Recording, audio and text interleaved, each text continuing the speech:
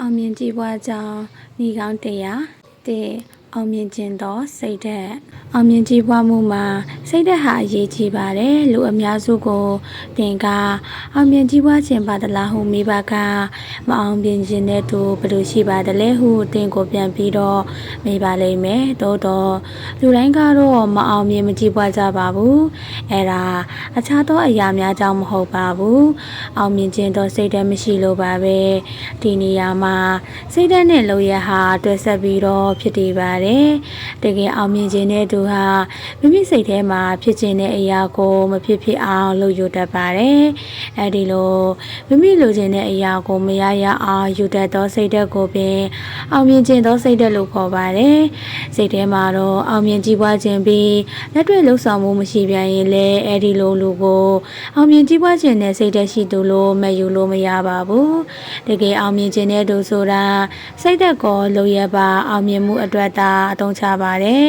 အဲဒီလိုလူကိုအောင်မြင်ခြင်းသောစိတ်ဓာတ်ပြင်းထန်သူလို့သတ်မှတ်ပါတယ်အဲဒီလိုစိတ်ဓာတ်ဟာလည်းခဏလေးရှိနေရမှာမဟုတ်ပါဘူးအမြဲမပြတ်ရှိနေရမှာဖြစ်ပါတယ်စိတ်ထဲမှာအမြဲမပြတ်အောင်မြင်ခြင်းစိတ်ရှိသူဟာလက်တွေ့ဘဝမှာလည်းအောင်မြင်ကြောင်းအလုပ်တွေကိုပဲလုပ်ဖြစ်ပါတယ်နေရွယ်ချက်ပန်းတိုင်းအောင်မြင်မှုဟာ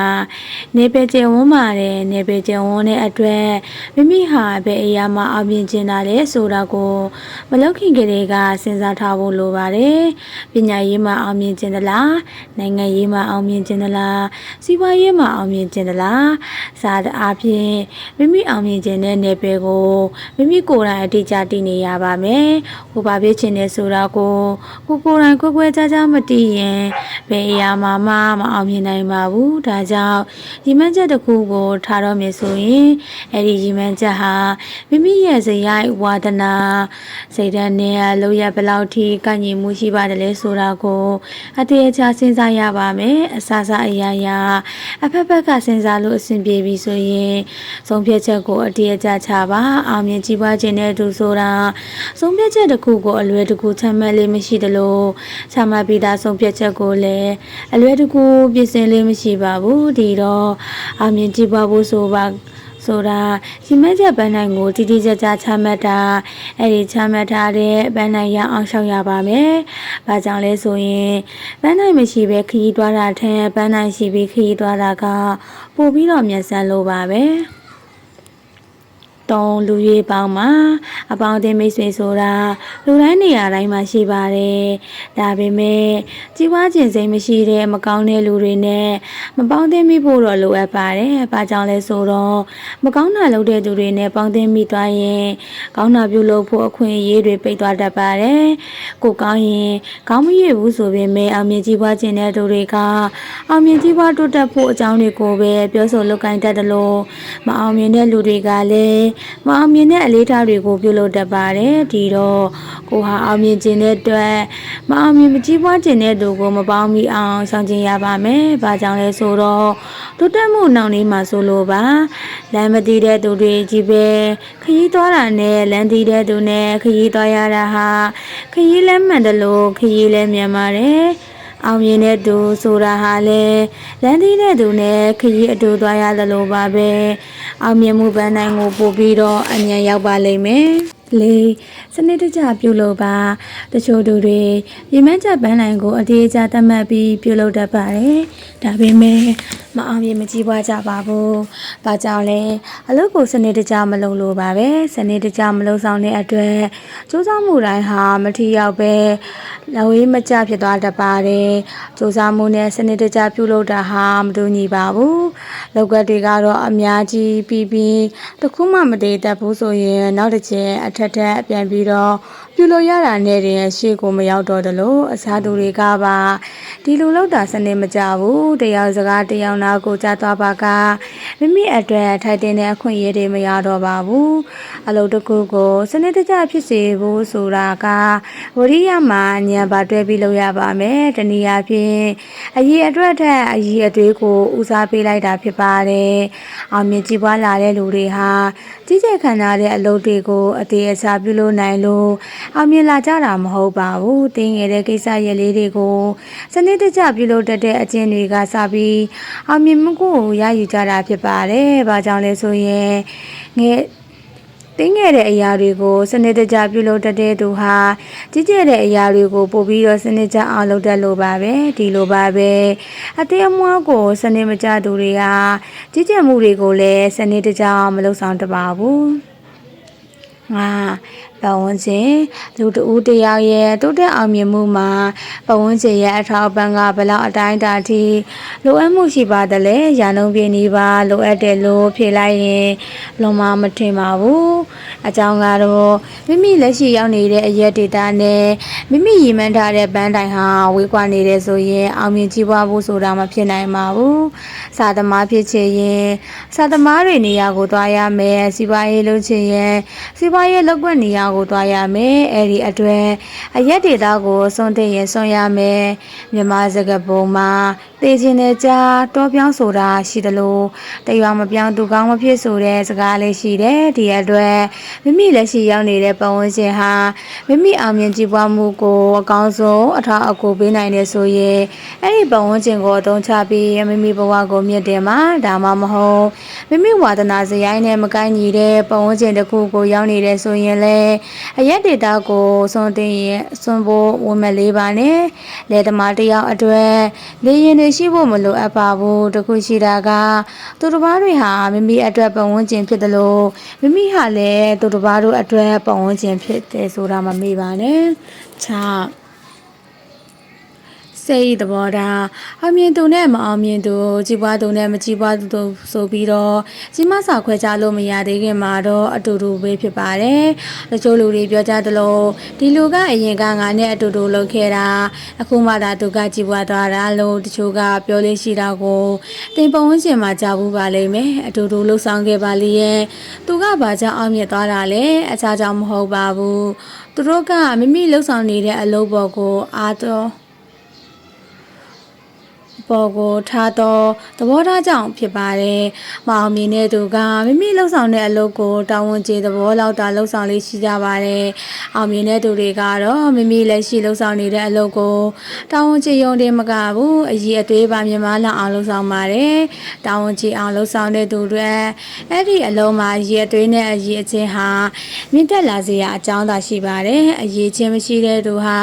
အရေးအသွေးမရှိနိုင်ပါဘူး။အရေးအသွေးမရှိတဲ့သူအတွက်အမြင်မှုဟာလည်းမရှိနိုင်ပါဘူးတကယ်တော့မိမိလက်ရှိအလုပ်ကိုအရေးချင်းပြေဝစွာလုပ်ကိုင်ဆောင်ရွက်တဲ့သူတွေဟာအရေးအသွေးတိုးတက်လာသလိုအမြင်မှုမှာတိုးတက်လာပါတယ်အရှုံးကိုလက်ခံမှာဘယ်သူမဆိုမိမိလောက်ကန်ဆောင်ရွက်သမျှကိစ္စရတိုင်းကိုအောင်မြင်စွာဖြင့်ဖြစ်တန်းကျင်ကြပါတယ်ဒါပေမဲ့အောင်မြင်မှုဆိုတဲ့အရာဟာလည်းအခက်အခဲများအဆင်မပြေမှုတွေအရှုံးတွေကိုကြော်ဖြတ်ပြီးမှရောက်ရှိလာတတ်တဲ့အရာတစ်ခုပဲဖြစ်ပါတယ်တချို့ကဆုံးရှုံးမှုတစ်ခုကြုံလိုက်တာနဲ့ကဘာပြတ်တယ်လို့ခံစားကြရတယ်တချို့ကတစ်ကြိမ်ဆုံးရှုံးမှုကြုံတာနဲ့အရာအလုံးကိုမျက်ကွယ်ပြိုးလိုက်တယ်အဲ့ဒီလူတွေအတွက်ပန်းနိုင်ကဝေးတယ်တကယ်အောင်မြင်ခြင်းတဲ့သူဟာမိမိဆုံးရှုံးသွားတဲ့အရာတွေကိုစိတ်မဝင်စားတော့ဘဲမဆုံးရှုံးပဲကျန်နေခဲ့တဲ့အရာတွေကိုဒါဘယ်လိုရယူရမလဲဆိုတာကိုစိတ်ဝင်စားတယ်။တနည်းအားဖြင့်အမားတွေကတင်ငယ်စာယူတာအမတ်တရားဖြစ်အောင်လှုပ်ဆောင်လိုက်တာပါပဲ။တကယ်တမ်းအားဖြင့်တော့အရှုံးဆိုတာနာကျင်ကြေကွဲနေရမယ့်အရာမဟုတ်နောက်တစ်ခါမမအားနောက်တစ်ခါတတိထားတတ်အောင်နောက်တစ်ခါအကောင်းဆုံးဖြစ်အောင်နောက်တစ်ခါစူးစမ်းဖြစ်အောင်မိမိကိုစမ်းသပ်စစ်ဆေးလိုက်တဲ့အရာပဲဖြစ်ပါတယ်ရှင်ဥတီချက်တစ်ခုပဲထားပါများသောအားဖြင့်မအောင်မြင်တဲ့သူဆိုတာမရှိအလုပ်ချင်း ဟိုဟာလို့ရှင်ဒီဟာလို့ရှင်ဟိုဆက်ဒီဆက်သမားတွေပဲဖြစ်ပါတယ်တချို့ကဥတီချက်တစ်ခုသတ်မှတ်ပြီးတော့လှုပ်ဆောင်ပါတယ်ဒါပေမဲ့မိမိလှုပ်ဆောင်တဲ့ဥတီရလမ်းကြောင်းမှာအဆင်မပြေမှုတစ်ခုကြုံတွေ့ခဲ့ရင်နောက်ထပ်ဥတီချက်တစ်ခုကိုအလင်းအမြန်ပဲပြောင်းလဲပါတယ်လက်ရှိလုပ်ကိုင်ဆောင်ရွက်နေမှုကနေအခြားသောအရာတစ်ခုကိုပြောင်းလဲလိုက်တာနဲ့အရာအလုံးဟာတိတ်ကနေပြန်ပြီးတော့စကြရပြန်ပါတယ်ဟိုဟာလည်းမပြီးပြတ်ဒီဟာလည်းမပြီးပြတ်တော့မိမိမှာရှိတဲ့စွမ်းအားတွေဟာထွေပြားကအရက်ရှိမျက်နာကိုပြန်ကျဲကတကူတည်းသောဥတီချက်မှာအာယုံစစိုက်လို့မရတော့ပါဘူးအောင်မြင်မှုဆိုတာဥတီချက်တကူတည်းကိုသာဆွေးမြဲစွာစူးစိုက်စွာဖြင့်အကောင်ဆုံးလှုပ်ဆောင်နိုင်မှရရှိနိုင်တဲ့အရာဖြစ်ပါတယ်အောင်မြင်တဲ့သူတွေဟာလည်းဥတီချက်တကူတည်းကိုတိတိကျကျချမှတ်လေးရှိပြီးအဲ့ဒီဥတီရပန်းတိုင်းကိုလည်းအာယုံစူးဆိုင်မှုပြေဝစွာနဲ့လောက်ကင်ဆောင်ရွက်လေးရှိပါတယ်ဥတီချက်တွေပြလေးအောင်မြင်မှုဟာလေးဝေးကွာလေးပါပဲဒီတော့အောင်မြင်မှုနဲ့အနည်းဆက်ဆုံးမှရှိနေဖို့ဥတီချက်တစ်ခုပဲထားပါကိုအမှန်အတိုင်းမြင်မှာအမှန်တရားကိုစကလုံးပြောင်းသုံးကြည့်ပါကရိုးသားမှုဟူတဲ့အဓိပ္ပာယ်ကိုတက်ရောက်ပါတယ်ရိုးသားမှုမရှိဘဲအမှန်တရားကိုတည်ဆောက်လို့မရသလိုအမှန်တရားမပါဘဲနဲ့အောင်မြင်မှုကိုရှောက်ဖွေးလို့မရပါဘူးတခါတလေကြာရင်မိမိတို့လှုပ်ဆောင်မှုတွေထဲမှာအစင်မပြေတာတွေအခက်အခဲတွေကြုံတွေ့လာရင်သူတစ်ပါးကိုအပြစ်မြင်လေးရှိပါတယ်အရှိကိုအရှိအတိုင်းအမှန်ကိုအမှန်တိုင်းမမြင်တတ်ကြပါဘူးအဲ့ဒီလိုမမြင်တတ်လို့လည်းတချို့တော့အောင်မြင်မှုတွေဟာမိမိတို့ထံကိုမရောက်လာကြတာဖြစ်ပါတယ်လူနာအရှိကိုအရှိတိုင်းအမှန်ကိုအမှန်တိုင်းမြင်တွေ့နိုင်ဖို့အတွက်လိုအပ်ချက်တစ်ခုရှိပါတယ်အဲ့ဒါကတော့အလုပ်တိုင်းဟာမိမိထင်ထားသလောက်မလွယ်ကူသလိုမိမိဖြစ်ချင်တိုင်းလည်းဖြစ်နိုင်မှာမဟုတ်သလိုမိမိကိုယ်တိုင်လည်းပင်ဇွဲလုံလာလှုပ်ဆောင်မှုတွေမှာလိုအပ်ချက်တွေရှိသေးသလားရှိနေသလားဆိုတာကိုပြန်မြင်နိုင်ရပါမယ်အဲ့ဒီလိုမြင်တွေ့နိုင်ပါမှမိမိလိုအပ်ချက်ကိုသိပြီးပြည့်ပြည့်နိုင်မှာဖြစ်ပါတယ်မိမိလိုအပ်ချက်ကိုမမြင်နိုင်တဲ့သူဟာအောင်မြင်တဲ့သူတရားမဖြစ်နိုင်ပါဘူးမမြင်တော့မတိတော့မမြင်မပြင်တော့မရှိတော့မရဘောဒါကြောင့်အောင်မြင်ခြင်းတဲ့သူဟာအမှန်ကိုအမှန်တိုင်းမြင်နိုင်အောင်ကြိုးစားပါ30ပြန်ထပါလမ်းလျှောက်တက်ကစားကလေးတယောက်ဟာလဲကြလေးရှိသလိုမိမိဥတီချက်ကိုရှောက်လန်းတဲ့အခါမှာလဲရင်းရိုင်လေးရှိပါတယ်တနေရာတဲ့ကိုတကြိမ်လျှောက်ယုံနဲ့ရောက်တဲ့သူဆိုတာမရှိသလောက်ရှားပါတယ်အဲ့ဒီလိုပါပဲအောင်မြင်ကြည်ပွားဖို့ဆိုတာကလည်းကြာရှုံးခြင်းတွေနဲ့ရင်ဆိုင်ရတတ်ပါတယ်တကယ်တော့အရှုံးဆိုတာချုံမြိန်တဲ့အရာတစ်ခုမဟုတ်တဲ့အတွက်နှစ်သက်စရာတော့မကောင်းပါဘူးဒါပေမဲ့လဲကြတဲ့အခါမှာတော့မအောင်မြင်တဲ့သူတွေမှာဒီအတိုင်းလဲနေမယ်ဆိုပါကဘယ်လိုမှမအောင်မြင်နိုင်ပါဘူးလူတန်ဖိုးဆိုတာလဲကြမှုနဲ့အတိုင်းတာရတာမဟုတ်ပဲလဲကြတဲ့အချိန်တွေမှာဘယ်လောက်ထိပြန်ပြီးထားနိုင်တယ်လဲဆိုတဲ့အချက်ပေါ်မှာပဲမူတည်ပါတယ်တကယ်တမ်းအဖြစ်တော့လမ်းလျှောက်ဖို့တဲ့သူတိုင်းခလုတ်တော့တိုက်ဖို့မှာပါတခုပဲရှိတယ်ခလုတ်တိုက်ပြီးလဲကြသွားတဲ့အချိန်တိုင်းပြန်ထားဖို့ကြိုးစားပါ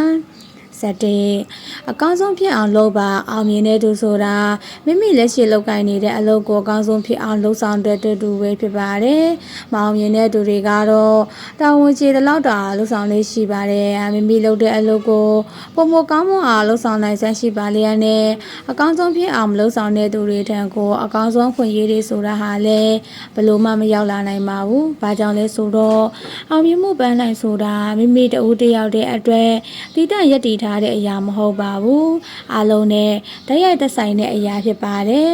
လူအများနဲ့သက်ဆိုင်တဲ့အရာကိုရယူပိုင်ဆိုင်ခွင့်ရရှိဖို့ဆိုရင်မိမိရဲ့လှုပ်ဆောင်ချက်ဟာသူတစ်ပါးတို့ထက်အဆအဆအရာရာတာနေမှဖြစ်ပါလိမ့်မယ်ထူခြားတဲ့လှုပ်ဆောင်ချက်မရှိပဲထူခြားတဲ့အခွင့်အရေးကိုမျှော်မှန်းလို့မရပါဘူးအောင်မြင်မှုပန်းနိုင်ဆိုတာထူခြားတဲ့အခွင့်အရေးတစ်ခုပဲဖြစ်ပါတယ်အဲ့ဒီအခွင့်အရေးကိုရယူပိုင်ဆိုင်နိုင်မှုဆိုရင်လက်ရှိလုပ်နေတဲ့အလုပ်တွေကိုအကောင်းဆုံးဖြစ်အောင်လှုပ်ဆောင်လိုက်ပါစနေအခက်အခဲကိုရင်ဆိုင်မှာမြေတီလမ်းကိုပဲရှောက်အခက်အခဲအကျက်အတဲဆိုတာကြုံတွေ့ရမှာပါပဲမြေတီအခက်အခဲ မြည်သည့်အခက်အခဲမှမရှိရင်မြည်သည့်အောင်မြင်မှုမျိုးမှမရရှိနိုင်ပါဘူးတို့အတူပဲအခက်အခဲကြီးမှရင်လည်းအောင်မြင်မှုကကြီးမှတတ်ပါတယ်ဒါပေမဲ့အခက်အခဲရှိုံနဲ့တော့အောင်မြင်မှုရှိတာမဟုတ်ပါဘူး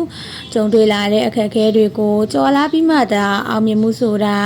ရလာရောက်လာခြင်းဖြစ်ပါတယ်တကယ်တော့အခက်အခဲအကျက်တဲဆိုတာအတွေ့အကြုံနဲ့ပါသေးတဲ့သူတို့နဲ့အရာရာတိုင်းမှရင်ဆိုင်ဖြစ်ရှင်ရဲ့အောင်ပြုပြင်ပြောင်းလဲပေးတဲ့အရာတစ်ခုဖြစ်ပါတယ်အောင်မြင်ကြည်ပွားမှုကိုရရှိဖို့ဆိုလို့ရှိရင်အခက်အခဲဆိုတဲ့လေကတိများကိုလည်းကြော်ဖြတ်ပြီးသွားမှရရှိလာမှာဖြစ်ပါတယ်အဲ့ဒီလေကတိတွေကိုဖျက်ကျော်ဖို့ဆိုရင်ရည်မှန်းချက်ခိုင်မာတည်ကြဖို့လိုအပ်ပါတယ်ဒါမှလည်းပန်းနိုင်ကိုအရောက်လန်းနိုင်မဲ့နီလန်းတွေအတီးအကြချမှတ်ပြီးရှောက်လန်းနိုင်မှာဖြစ်ပါတယ်အဲ့ဒီလိုရှောက်လန်းတဲ့အခါအတိုင်းခိုင်များကြောင့်ရိမ့်ရိုင်ကြီးပြိုကျခြင်းများရှိပေလိမ့်မယ်ဒါကပြဿနာမဟုတ်ပါဘူးအရေးကြီးတာကအခက်အခဲတွေကိုကြောက်ပြီးလမ်းပေါ်ကဆင်းမသွားဖို့ပဲအရေးကြီးပါတယ်73လမ်းလူဟာအောင်မြင်မှုမရသေးခင်မှာမိမိဘဝကိုမိမိကျင့်တတ်မှုမရှိကြဘူးကျင့်တတ်စရာမကောင်းတဲ့ဘဝကနေလွတ်မြောက်ဖို့ထွက်ပေါက်ကိုရှာတတ်လေးရှိတယ်ဒါပေမဲ့တချို့ကမိမိတို့ရဲ့ထွက်ပေါက်ကိုကောင်းမကောင်းရည်ရှိအကျိုးရှိမရှိဆိုတာကိုမစင်စားမသုံးတတ်ပဲတရင်ကထွက်ပေါက်ကိုဒါတကယ်အမှတ်တရားထင်ပြီးရရှောက်လန်းလေးရှိကြတယ်အမှန်တဲ့လမ်းမှာအကြာကြီးလျှောက်ရင်လမ်းမှန်ကိုမလျှောက်တတ်ကြတော့ဘူးဘာကြောင့်လဲဆိုတော့လမ်းဆိုတာအမြန်လျှောက်ဖို့ထက်အမှန်လျှောက်ဖို့ကပို့ပြီးတော့အရေးကြီးလို့ပါဒါကြောင့်မိမိရွေးချယ်ထားတဲ့လမ်းကြောင်းဟာမမားဘူးအထူးလိုအပ်ပါတယ်သွားနေပါလျက်နဲ့မရောက်တာလုံနေပါလျက်နဲ့မပြီးတာဟာတကယ်တမ်းတော့မနေလို့ဖြစ်ပါတယ်မှန်ကန်တဲ့စူးစမ်းအားထုတ်မှုမရှိရင်ကြာလာတာနဲ့အမျှလမ်းကြောင်းမှန်ပေါ်ကိုပြန်ပြီးတော့မတတ်တတ်တော့ပါဘူးဒီတော့မအောင်မြင်သေးခင်မှာတည်င်ကထွက်ပေါက်ကိုတွေ့တာလမ်းမကိုမရှောင်မိပါစေနဲ့14လောကရန်လူရဲလို့ဖြစ်လာတာနဲ့များချမ်းသာတဲ့သူပဲဖြစ်စေစည်ရတဲ့သူပဲဖြစ်ဖြစ်ဘယ်သူမဆိုလောကရန်တရားကိုရင်ဆိုင်ကြရမှာဖြစ်ပါတယ်လောကရန်မခံရတဲ့သူရဲ့လို့မြေသူတဦးတယောက်မှမရှိပါဘူးဒါဆိုရင်အောင်မြင်သူနဲ့မအောင်မြင်သူဒီလူနှစ်ယောက်ရဲ့ကြားမှာမအောင်မြင်တဲ့လူကလောကရန်ကိုပိုပြီးခံစားရပြီးအောင်မြင်တဲ့သူကတော့လောကရန်ကိုတိတ်ပြီးတော့မခံစားကြရလို့လားအဲ့ဒီလိုမဟုတ်ပါဘူးညီမတဲ့လောကရန်ကိုလူသားတိုင်းခံစားကြရတာပါဒါဆိုလောကရန်အတူတူခံစားရခြင်းအတူပါလျက်နဲ့တချို့ဘဝတွေကအောင်မြင်ကြီးပွားကြပြီးတချို့ဘဝတွေကဘာကြောင့်ဆုတ်ပြတ်တတ်နေရတာလဲအပြေချက်ကြည့်တော့ခံနိုင်ရည်နဲ့ခံယူတတ်တဲ့စိတ်တကပဲလူသားတွေကိုခွဲခြားသွားပါတယ်အောင်မြင်ခြင်းသူတွေကကြုံတွေ့လာတဲ့လောကရန်တရားကိုမဖြစ်ဖြစ်အောင်လုပ်မယ်ဟုတဲ့ခံယူတတ်တဲ့စိတ်တဲ့ကြောင့်သူတို့တွေဟာခန္ဓာရည်ရှိပြီးလောကရန်ကိုရင်ဆိုင်နိုင်စွမ်းရှိတာပဲဖြစ်ပါတယ်မအောင်မြင်တဲ့သူတွေကတော့ခံယူတတ်သောစိတ်ဓာတ်မရှိသလိုခန္ဓာရည်လည်းမရှိ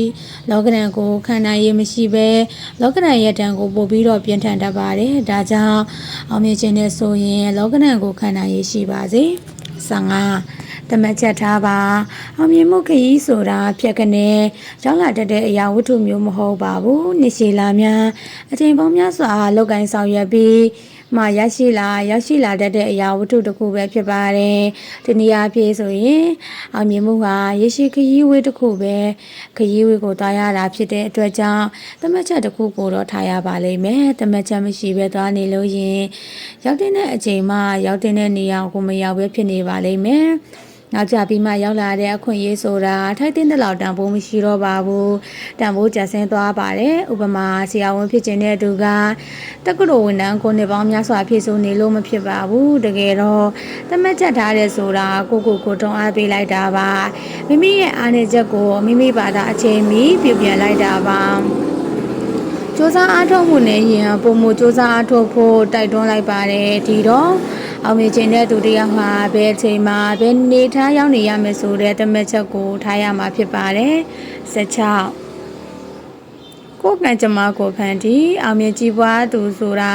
ကံစီမံရအတိုင်းမျောပါစီစဉ်နေသူတရားမဟုတ်ပါဘူး မိမိကံကြမ္မာကိုမိမိကိုယ်တိုင်ဖန်တီးနေတဲ့သူတာဖြစ်ပါတယ်စင်စင်ကံတရားနှမျိုးရှိတယ်မြင်ရတဲ့ကံပစ္စုပန်နဲ့မမြင်ရတဲ့ကံအတိတ်ဖြစ်ပါတယ်အတိတ်ကံကြမ္မာဟာကောင်းမွန်ပြီးပစ္စုပန်မှာဘာမှမလုပ်ဆောင်ပဲနေလဲ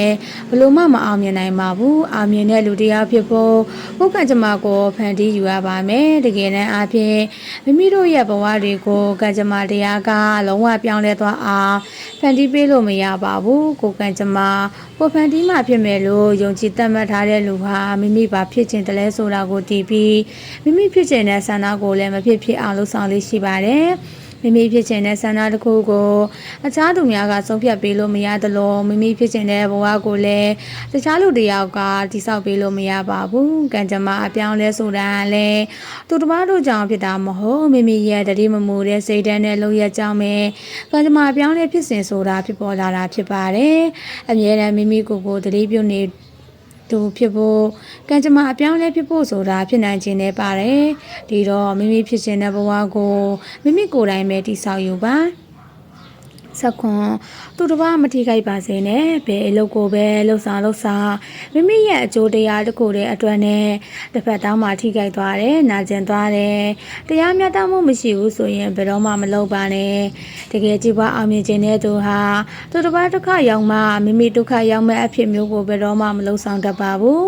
အဲဒီလိုလှုပ်ဆောင်တာဟာလည်းတကယ်တမ်းအဖြစ်တော့လူတော်လူကောင်းတွေရဲ့အလေးအကျင့်မဟုတ်ပါဘူးတကယ်တမ်းအဖြစ်မိမိကိုယ်ကိုလူကောင်းတစ်ယောက်ဖြစ်အောင်လုပ်တာဟာ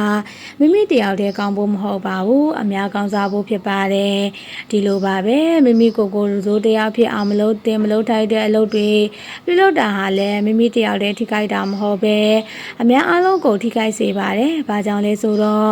တဘာဝလောကကြီးဆိုတာပတ်ဝန်းကျင်နဲ့ဆက်ဆက်ပြီးတော့ရှင်သန်နေလို့ပါပဲဒါကြောင့်မိမိအကျိုးကိုတကယ်လုပ်မယ်ဆိုလို့ရှိရင်သူတစ်ပါးအကျိုးကိုပါ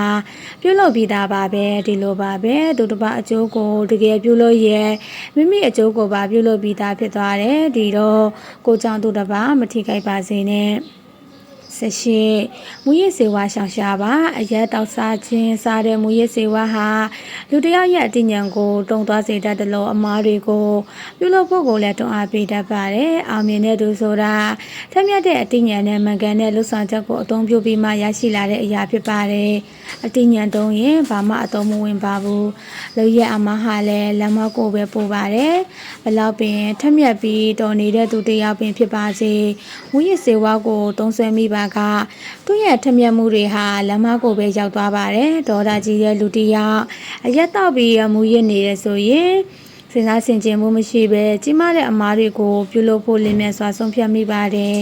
ဒါဟာမတွေးပဲနဲ့တစ်သုံးကိုခိုးရင်ဒါသွားပဲပဲသွားတတ်ပါတယ်ဒီလိုပါပဲအောင်မြင်ခြင်းနဲ့စိတ်ဓာတ်ကိုမူရစ်စေဝါကြောင့်ပျက်စီးသွားတတ်ပါတယ်တကယ်တော့မူရစ်စေဝါဟာမအောင်မြင်သေးတဲ့လူလိုဘယ်လိုမှမအောင်မြင်နိုင်အောင်အောင်မြင်ပြီးသားလူကိုကြာရှုံးမှုတွေနဲ့တဖန်ပြန်ပြီးတော့ရင်ဆိုင်ရအောင်ပြုလုပ်ပေးတတ်တယ်လို့မိတ်ဆွေကောင်းတွေကိုလည်းရန်သူဖြစ်သွားစကို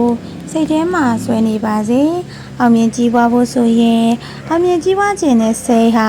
မမီနှလုံးသားအုံနောက်ထဲမှာဆွေးမြဲနေဖို့အထူးပင်လိုအပ်ပါတယ်တချို့ကကြီးပွားခြင်းစိတ်ရှိတော့လဲအမြဲတမ်းတော့မရှိပါဘူးတခါတရံမှဒါရှိနေလေရှိပါတယ်တခါတရံမှဖြစ်ပေါ်လာတတ်တဲ့အရာဆိုတာမိမိကောင်းထဲမှာအမြဲတမ်းရှိနေတဲ့အရာကိုဘယ်လိုမှမကြော်ဖြတ်နိုင်ပါဘူးဒါကြောင့်မိမိအုံနောက်ထဲမှာအခြားသောအရာတွေထက်အောင်မြင်ခြင်းနဲ့စိတ်ကအခြားအရာတခြားအလိုဆန္ဒများတဲ့လမောကရှိနေရပါမယ်အဲဒီလိုရှိနေမှဒါ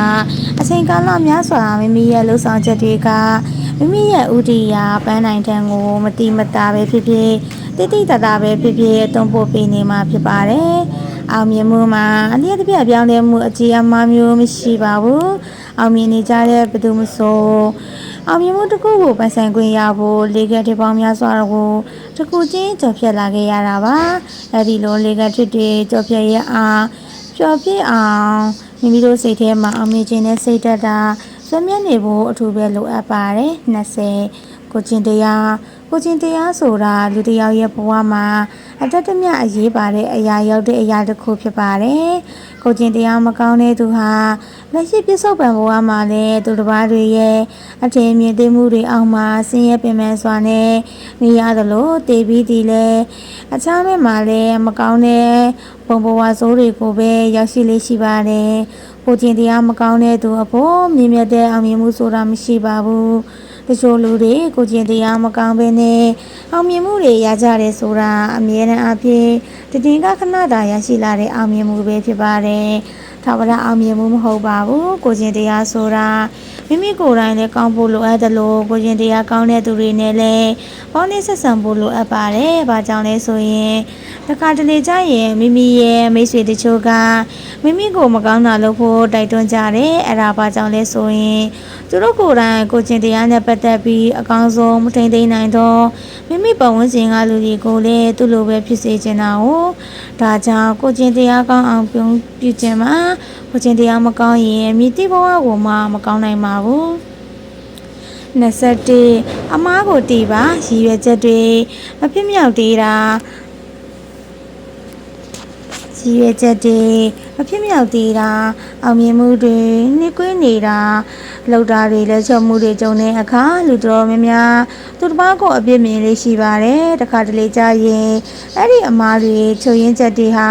သူတစ်ပါးကြောင့်မဟုတ်ပဲမိမိကြောင့်လာဖြစ်နေတယ်ဆိုတော့ကိုတချို့ကမသိသလိုတချို့ကမသိချင်အောင်ဆောင်နေလေးရှိပါတယ်တကယ်မသိတာပဲဖြစ်ဖြစ်မသိအောင်မျက်ကွယ်ပြုတာပဲဖြစ်ဖြစ်ချုပ်ရင်းချက်ရှိပြီဆိုရင်မပြေဆုံးတော့ပါဘူးလူဟာချုပ်ရင်းချက်တစ်ခုကိုပဲဖြစ်ဖြစ်အမားတစ်ခုကိုပဲဖြစ်ဖြစ်ပြပြင်းခြင်းနဲ့ဆိုရင်တော့အကောင်းဆုံးအဲ့ဒီအမားကိုသိနေဖို့လိုပါတယ်မိမိသိတဲ့အမားကိုမိမိကိုယ်တိုင်ကလက်ခံရပါမယ်ဝန်ခံရပါမယ်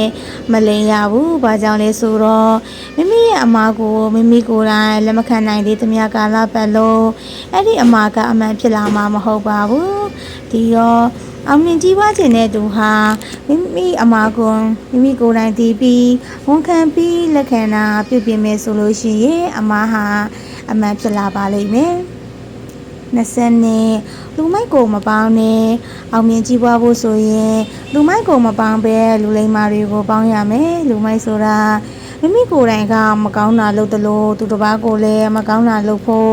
တိုက်တွန်းတယ်လူလိမ္မာကတော့မိမိကိုယ်တိုင်လည်းကောင်းတာပြုလုပ်သလိုသူတစ်ပါးကိုလည်းကောင်းတာပြုလုပ်ဖို့တိုက်တွန်းတယ်တနည်းအားဖြင့်ပြောရရင်လူမိုက်ဆိုတာမိမိအကျိုးစီးပွားသူတစ်ပါးအကျိုးစီးပွားပဲရကိုမှမပြုလုပ်ဘူးလူလိမ္မာကတော့မိမိအကျိုးစီးပွားသူတစ်ပါးအကျိုးစီးပွားနှစ်ခုစလုံးတိုးတက်အောင်လုပ်တယ်တကယ်အောင်မြင်ကြီးပွားတဲ့သူဆိုရင်မိမိအတ္တသူတစ်ပါးပရာနှစ်မျိုးစလုံးအကျိုးကိုအကောင်းဆုံးဖြစ်အောင်ဆောင်ရွက်လေးရှိတယ်ကိုကောင်းရင်ကောင်းမရွေ့ဘူးဆိုပေမဲ့ကိုကြီးကမကောင်းသေးတော့ခေါင်းရတယ်မခိုင်မာသေးခင်မှာလူမိုက်ကိုမပေါင်းတာဟာအကောင်းဆုံးပဲတခုတော့ရှိတယ်လူမိုက်ကိုမပေါင်းသေးတာဟာအောင်မြင်ကြီးပွားကြောင်းတစ်ခုဖြစ်ပေမဲ့မိမိကိုယ်တိုင်ကလူမိုက်မဖြစ်ဖို့ကပို့ပြီးတော့အရေးကြီးပါတယ်23ထူးခြားသူဟောဒီလောကကြီးမှာအောင်မြင်သူနဲ့မအောင်မြင်သူကြီးပွားသူနဲ့မကြီးပွားသူဘယ်သူကပိုရများတယ်လဲဆိုရင်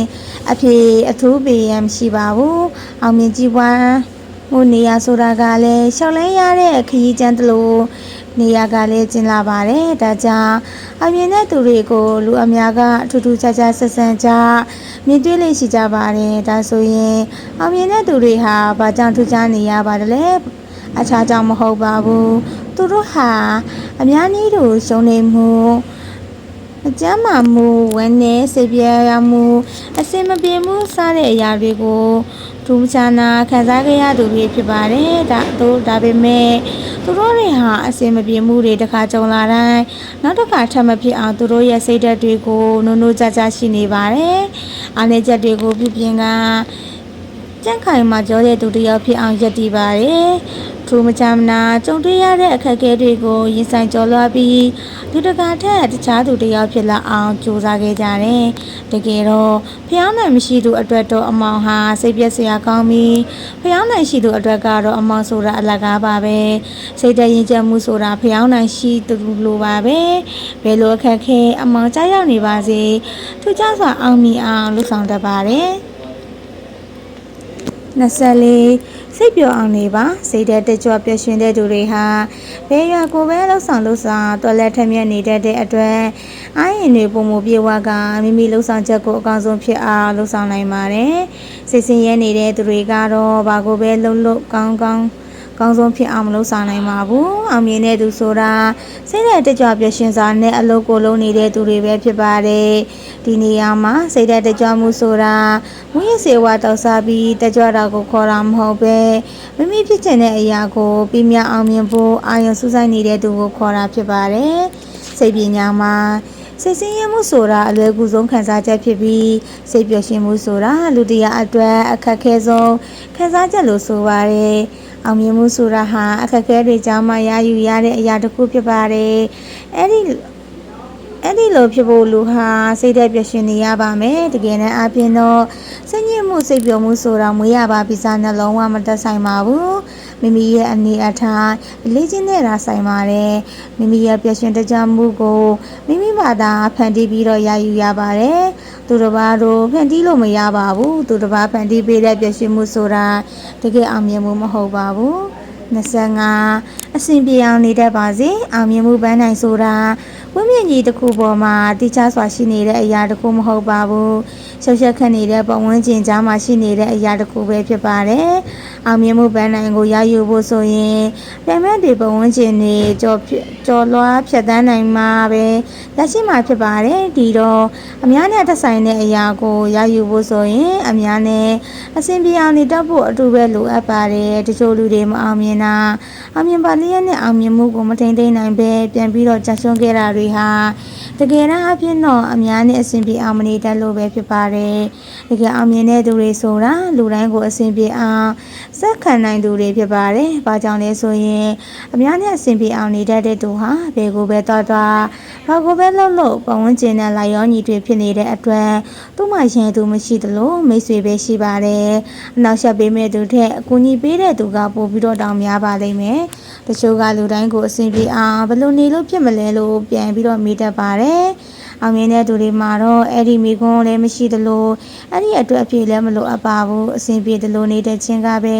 အောင်မြင်မှုတစ်မျိုးဆိုတာကိုသူတို့ကလက်ခံကြ26သူတစ်ပါးကိုအပြည့်မတင်ပါနဲ့အစဉ်မပြေတဲ့အရာတွေကြုံတွေ့လာတိုင်းမအောင်မြင်မကြည့်ပွားတဲ့သူတွေဟာသူတစ်ပါးကိုပဲအပြည့်မြင်လေးရှိကြပါတယ်တကယ်တမ်းအဖြစ်သူတစ်ပါးကိုအပြည့်တင်အပြည့်မြင်လိုက်တာဟာ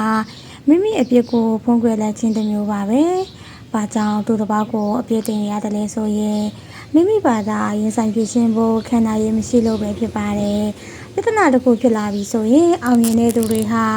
ရင်ဆိုင်ဖြစ်ခြင်းလေးရှိပါတယ်သူတစ်ပါးကိုအပြည့်မတင်ပါဘူး။ရင်ဆိုင်တဲ့ပြဿနာကိုပုံ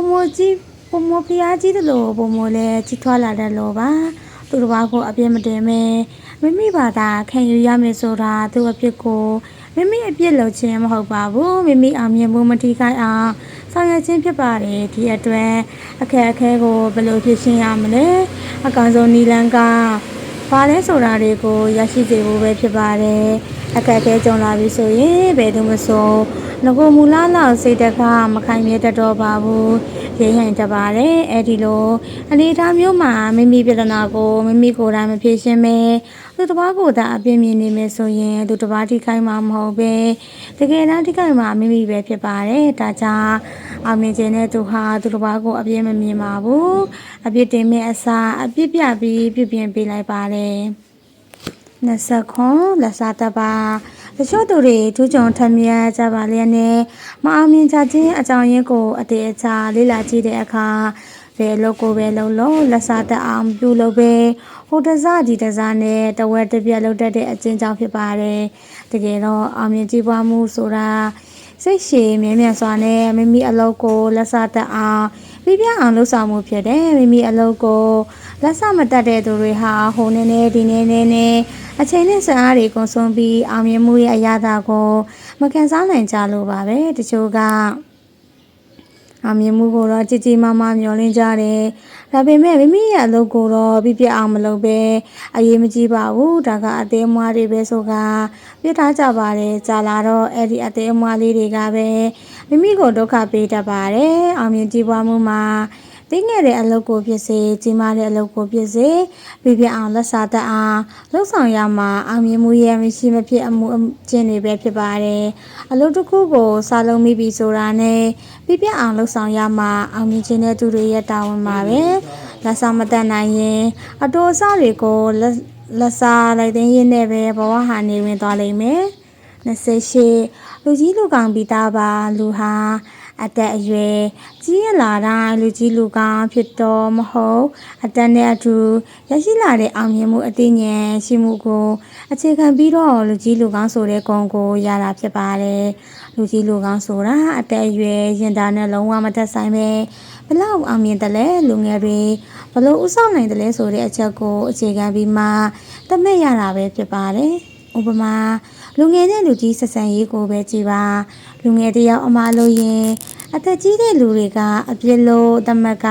အပြစ်ပြောလို့ရှိပေမဲ့တကယ်လူကြီးလူကောင်းတွေကတော့လူငယ်တယောက်အမှားလို့ရင်အပြစ်မပြောပါဘူးအပြစ်ပြောမယ့်အစားပြုပြင်ပေးပါတယ်ဒီလိုပါပဲလူကြီးလူကောင်းဖြစ်ခြင်းရင်အောင်မြင်အောင်လို့အသိဉာဏ်တိုးအောင်လုပ်ရပါမယ်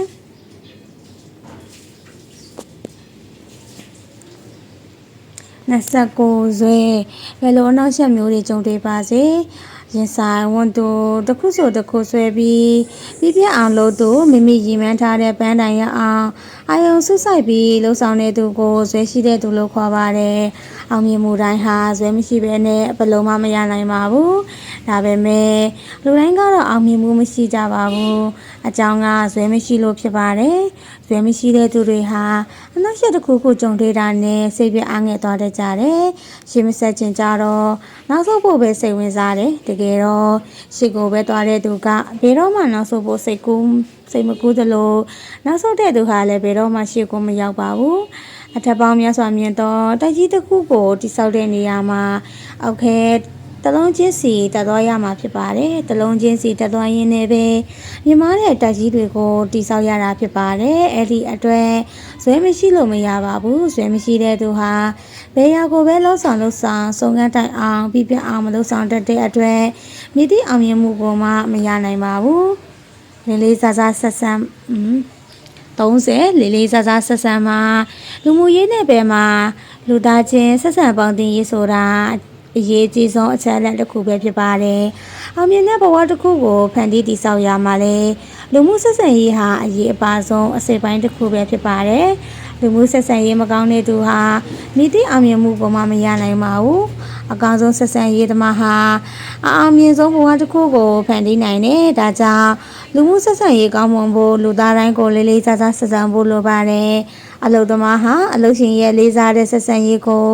အတိအမှတ်ပြုတဲ့အနေနဲ့မိမိအလုပ်ကိုအကောင်းဆုံးဖြစ်အောင်ပြုလုပ်ပေးတယ်။အလုပ်ရှင်ကလည်းအလုပ်သမားရဲ့လေးလေးစားစားဆက်ခံမှုကိုအတိအမှတ်ပြုတဲ့အနေနဲ့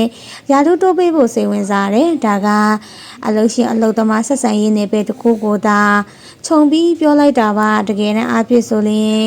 မြေတိနယ်ပယ်မှာမဆိုတယောက်နဲ့တယောက်လေးစားခြင်းဟာမိမိအကျိုးသူတစ်ပါးအကျိုးကိုတိုးတက်ဖို့အခွင့်အရေးကိုဖြစ်စေပါတယ်။ဘာကြောင့်လဲလို့ဆိုရင်သူတစ်ပါးရဲ့လေးစားမှုကိုခံယူခြင်းဖို့မိမိကလည်းသူတစ်ပါးပိုလေးစားမှုပြသရပါမယ်။လေးလေးစားစားဆက်ဆံရေးဟာအောင်မြင်ကြီးပွားမှုကိုအကြီးမားဆုံးအထောက်အကူပေးနိုင်ပါတယ်။ယုံကြည်ချက်အပြည့်ထားပါအောင်မြင်ကြီးပွားမှုမှာအောင်မြင်ရမည်ဟူတဲ့စိတ်ဓာတ်ဟာရှိကိုရှိရမယ့်အရာတစ်ခုပဲဖြစ်ပါတယ်အောင်မြင်ရမယ်ဟူတဲ့စိတ်ဓာတ်ယုံကြည်ချက်မရှိပဲမြစ်တိအောင်မြင်မှုကိုမှမျှော်မှန်းလို့မရပါဘူးယုံကြည်ချက်ရှိတဲ့သူဆိုရင်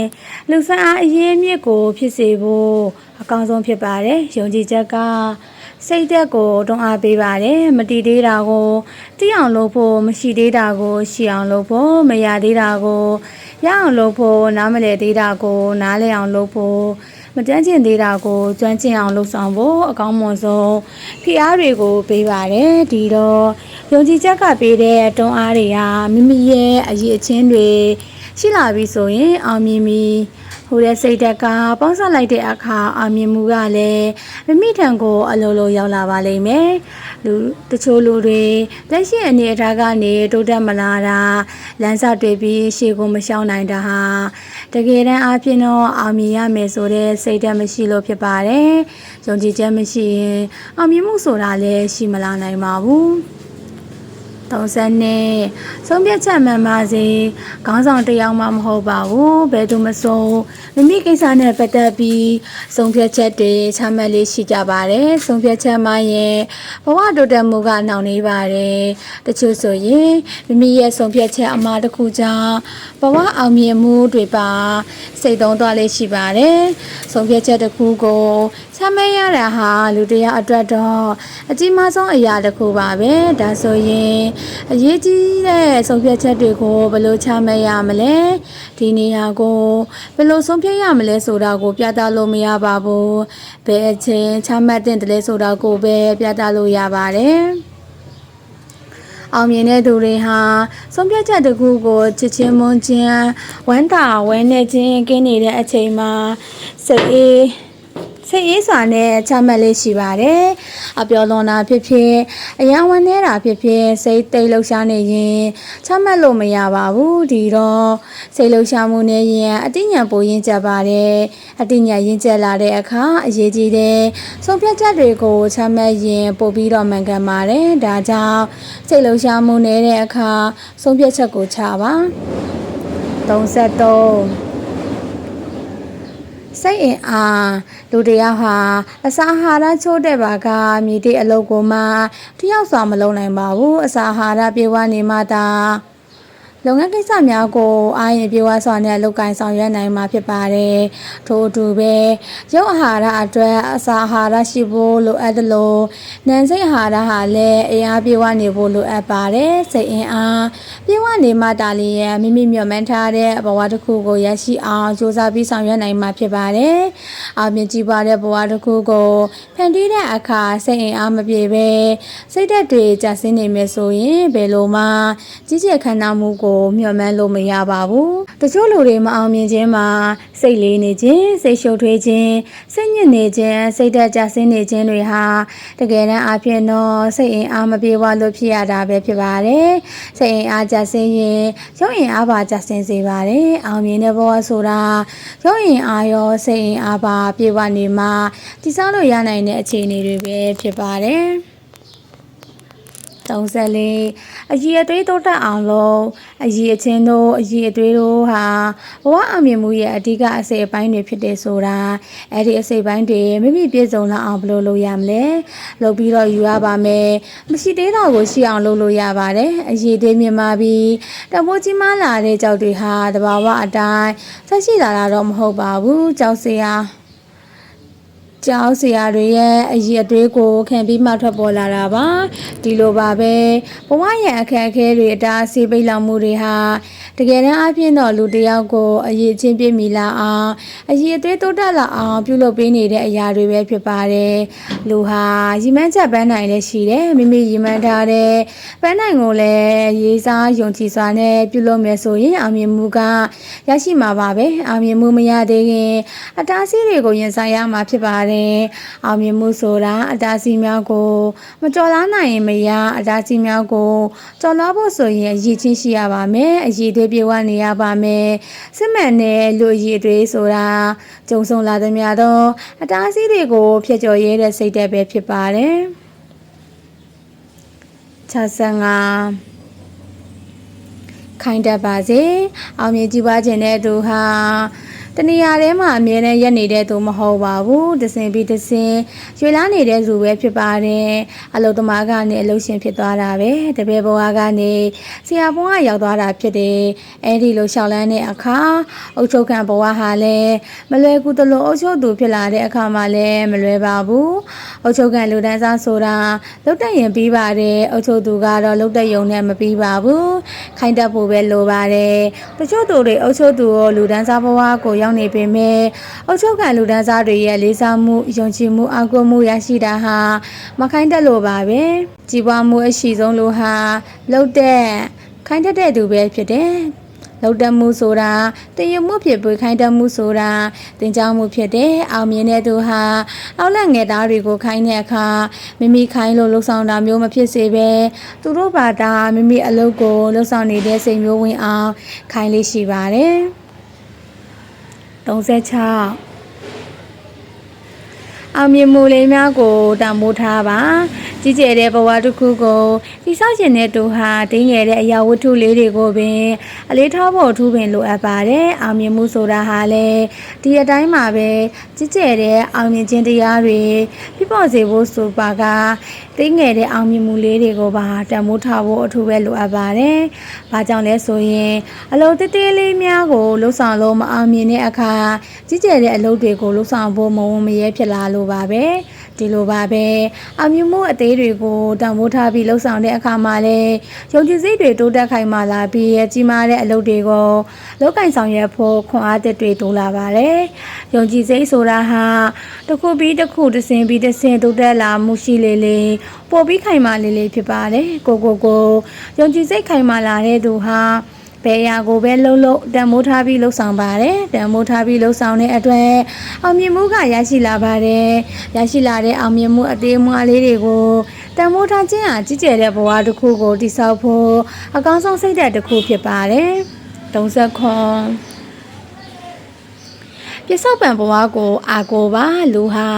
အမမကင်းတဲ့သတ္တဝါအမျိုးအစားဖြစ်ပါတယ်အမမကင်းနိုင်တဲ့အတွက်တစ်ချိန်ချိန်မှာအမတစ်ခုခုကိုကျွလွန်မိလေရှိပါတယ်အဲ့ဒီအမတွေထဲမှာတချို့အမတွေက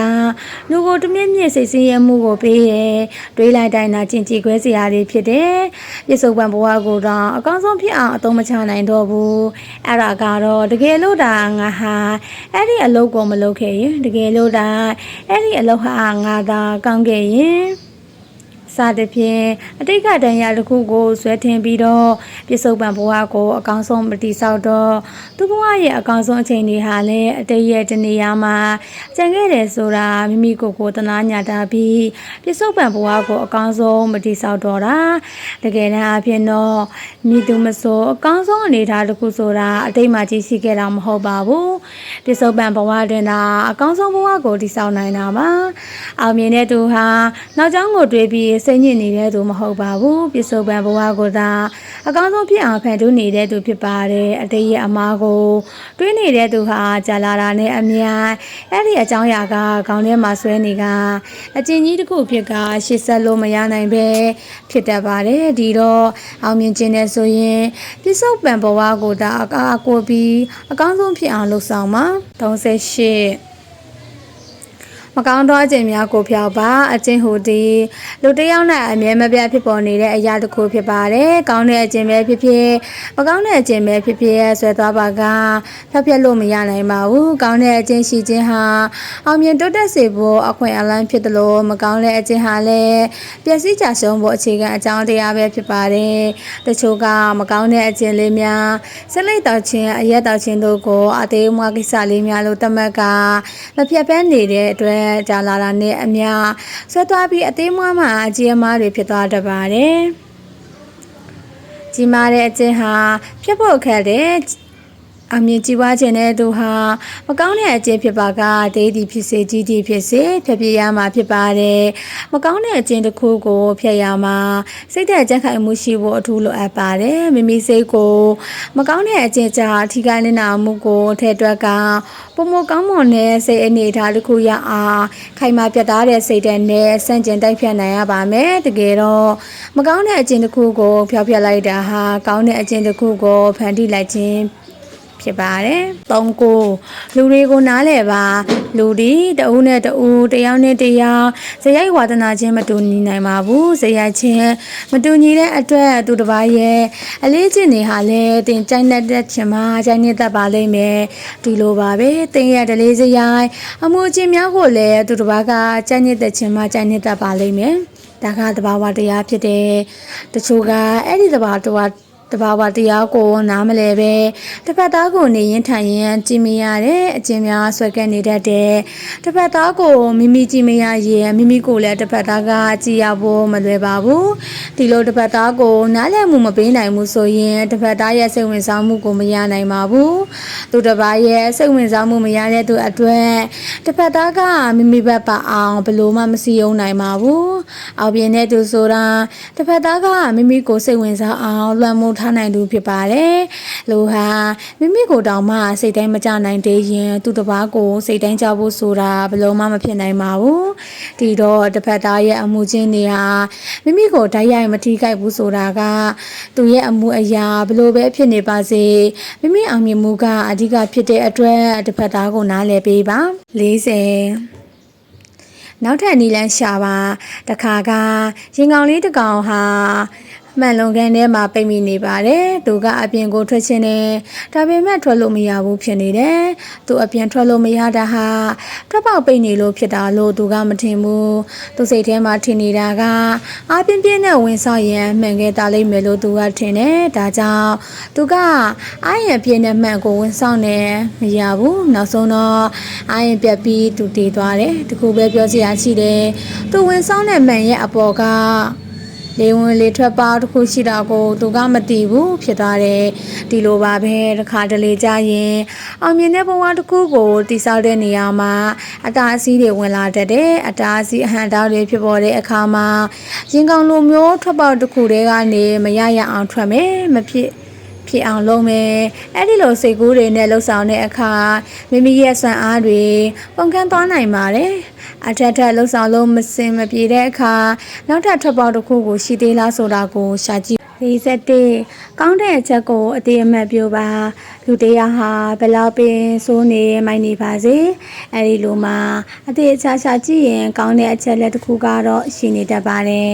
လူဟာအစွမ်းအစတွေများစွာနဲ့ရှင်သန်နေတာဖြစ်တဲ့အတွက်အစွမ်းအစမဲတဲ့သူကောင်းတဲ့အချက်လုံးဝရှာမရတဲ့သူကောင်းတဲ့အချက်မရှိတဲ့သူရဲ့လို့ဒီသူတို့တယောက်ကမှမရှိပါဘူးလူတအူးမှာကောင်းတဲ့အချက်တစ်ခုခုရှိနေရင်အဲ့ဒီကောင်းတဲ့အချက်ကိုမိမိကအတိမတ်ပြုပြီးမိမိရဲ့အောင်မြင်မှုမှာအသုံးပြုပါတခါတလေကြာရင်သူ့မှာရှိတဲ့အရေးအချင်းမျိုးဟာမိမိမှာပဲမရှိတတ်တာကိုတွေ့ရပါတယ်ဒီတော့သူ့မှာရှိတဲ့ကောင်းတဲ့ရည်အချင်းကိုမိမိကလေးလေးစားစားအတိမတ်ပြုနိုင်ရပါမယ်ကောင်းတာကိုအတိအမှတ်မပြုရင်သူ့မှာရှိတဲ့ကောင်းမွန်တဲ့အရေးချင်းမျိုးဟာမိမိမှာရှိလာဖို့မလွယ်ပါဘူးလူဟာကိုယ်တမိုးထားတဲ့အရာတွေကိုကိုကရအောင်ဖန်တီးနိုင်တာဖြစ်ပါတယ်ကိုယ်တဘိုးမထားတာကိုဘယ်လိုမှမရနိုင်လို့ပါပဲ40နဲ့အလိုရှိရာကိုရယူပါဘဝရည်မှန်းချက်တိကျခိုင်မာခြင်းဆိုတာတကယ်တမ်းအဖြစ်တော့မိမိပါကိုအလိုရှိရဆိုတာကိုအတိအကျသတ်မှတ်လိုက်ခြင်းဖြစ်ပါတယ်အလိုရှိရာကိုအတိအကျသတ်မှတ်လိုက်ပြီဆိုတာနဲ့အလိုရှိရာကိုရယူဖို့နီလန်းကိုရှောက်ခွေရတော့မှာဖြစ်ပါတယ်နီလန်းတွေပြီဆိုတာနဲ့မိမိဘဝရဲ့နေ့စဉ်အချိန်ကာလတွေကိုအဲ့ဒီအလိုရှိရာကိုရရှိစေဖို့ပြုလုပ်ဆောင်ရွက်ရမှာဖြစ်ပါတယ်အချိန်ကာလအများစုကိုမိမိအလိုရှိရာရုံဝန်းတစ်ခု၌စနစ်တကျနှိမ့်မြုပ်ခြင်းဟာတကယ်တော့ထိုလိုရှိရာနဲ့ပတ်သက်ပြီးအားတာချက်အားနည်းချက်တို့ကို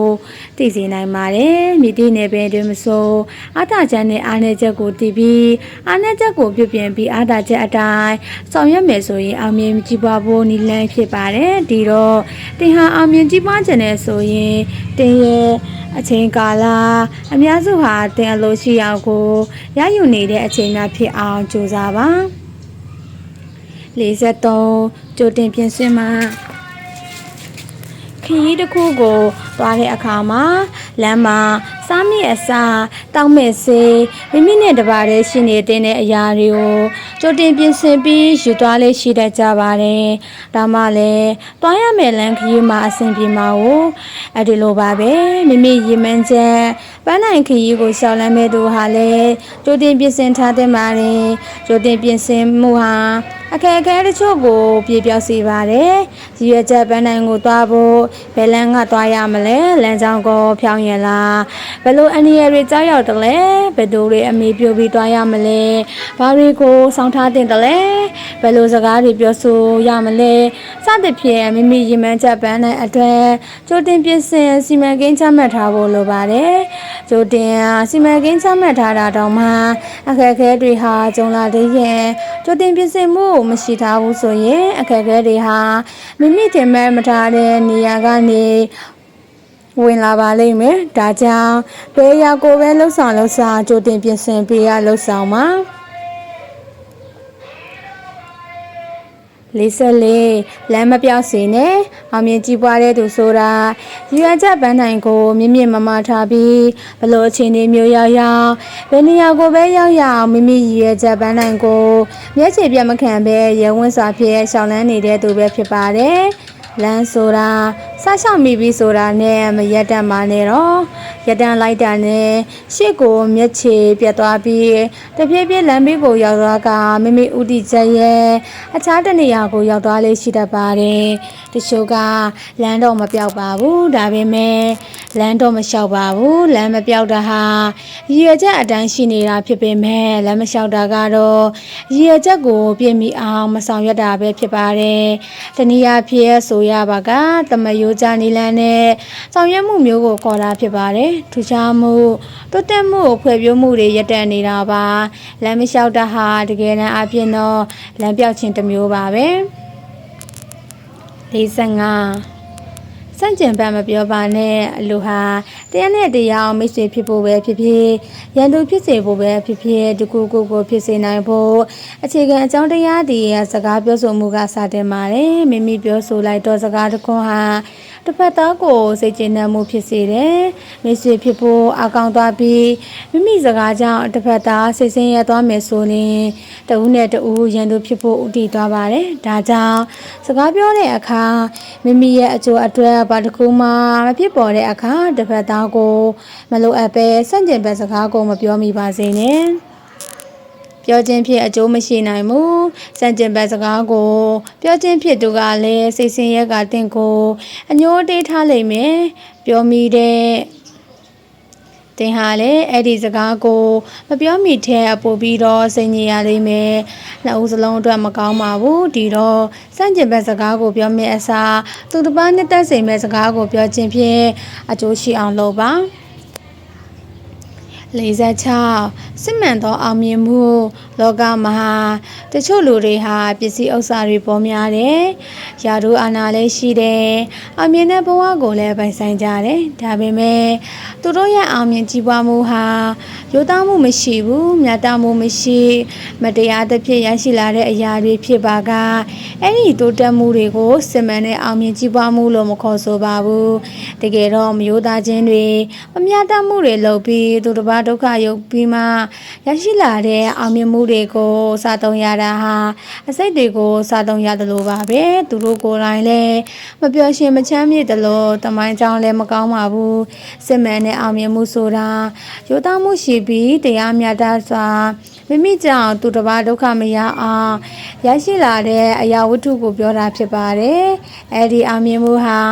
ရိုးသားမှုကိုအခြေခံထားတဲ့အတွက်စိတ်သက်ကိုအတိညာဉ်ပါရင့်ကျက်ဖွယ်ပြောပြီးလွတ်လပ်နေပါတယ်ဒါကြောင့်စစ်မှန်တဲ့အောင်မြင်မှုကိုရရှိအောင်လုပ်ပါခိုင်မြဲတည်တံ့ပါတယ်40ခွန်အခွင့်အရေးတခါတလေကြာရင်မိမိရည်ရွယ်ထားတဲ့အရာတွေ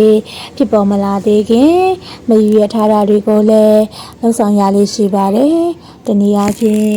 လှုပ်ရှင်တဲ့အလုပ်ကိုလုပ်လို့မရသေးခင်လုပ်တဲ့အလုပ်ကိုလုပ်နေရတဲ့ကာလတွေရှိနေတတ်ပါတယ်အောင်မြင်တဲ့သူဆိုတာလှုပ်ချင်တဲ့အရာကိုမပြုလုပ်ရလို့လုပ်တဲ့တာကိုပြုလုပ်နေရပေမဲ့အကောင်းဆုံးဖြစ်အောင်လုပ်ဆောင်ပါတယ်အကောင်းဆုံးလုပ်ဆောင်နေတဲ့သူအတွက်အကောင်းဆုံးခွင့်ရည်တွေကဝင်လာတတ်ပါတယ်တခါတလေကြာရင်တချို့ခွင့်ရည်တွေကမိမိရဲ့ထင်မှတ်မထားတဲ့ရှုထောင့်ကနေဝင်လာတတ်ပါတယ်အရေးကြီးတာကလှုပ်ရှင်တာကိုပဲပြုလုပ်လုပ်တဲ့တာကိုပဲပြုလုပ်ကိုစွမ်းကိုစားပြေဝစွာနဲ့အကောင်းဆုံးဖြစ်အောင်လုပ်ဆောင်ဖို့ပဲပါပဲအဲ့ဒီခါကျရင်အခွင့်အရေးတွေကလှုပ်တင်တာကိုလှုပ်ဆောင်နေရင်ကလှုပ်ရှင်တာတွေကိုလှုပ်ဆောင်နိုင်ပါလိမ့်မယ်တကယ်တော့အခွင့်အရေးဆိုတာအလကားဘာမှမဟုတ်ပဲထိုင်နေတဲ့သူထံကိုလုံးဝရောက်မလာတတ်ပါဘူး48အောင်မြင်တဲ့လူတရားဖြစ်ဖို့ဆိုပါ48စီကံဖြစ်နေပါအောင်မြင်တဲ့လူတရားဖြစ်ဖို့ဆိုပါက စီကံပြည့်နေတဲ့အချင်းဟာမရှိမဖြစ်လိုအပ်တဲ့အရာတစ်ခုပဲဖြစ်ပါတယ်တကယ်တမ်းအပြင်တော့စီကံရှိခြင်းစီကံပြည့်နေတဲ့အချင်းဟာ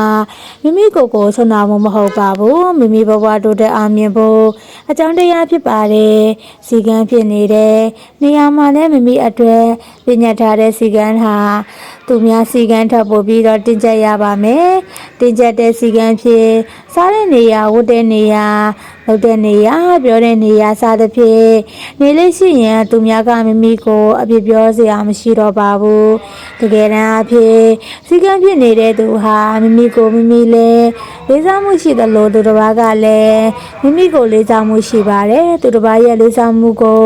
လိုချင်တဲ့သူဟာမိမိကိုမိမိလည်းလေးစားမှုရှိအောင်နေတဲ့ရပါမယ်စီကံဖြစ်နေတဲ့အချင်းဟာမိမိကိုမိမိလေးစားအောင်လှူဆောင်ခြင်းပဲဖြစ်ပါတယ်မိမိကိုမိမိရဲ့လေးစားအောင်လုပ်တာဟာမိမိဘဝတိုးတက်အောင်မြင်အောင်လုပ်ခြင်းဖြစ်ပါတယ်လေးစားကိုသဘောထားကြည့်ပါလူကြီးလူကောင်းတရားဖြစ်ဖို့လူတိုင်းနဲ့အစဉ်ပြေစွာဆက်ဆံနိုင်ဖို့မိမိရည်ရွယ်ရပန်းနိုင်ကိုရယူနိုင်ဖို့ဆိုပါက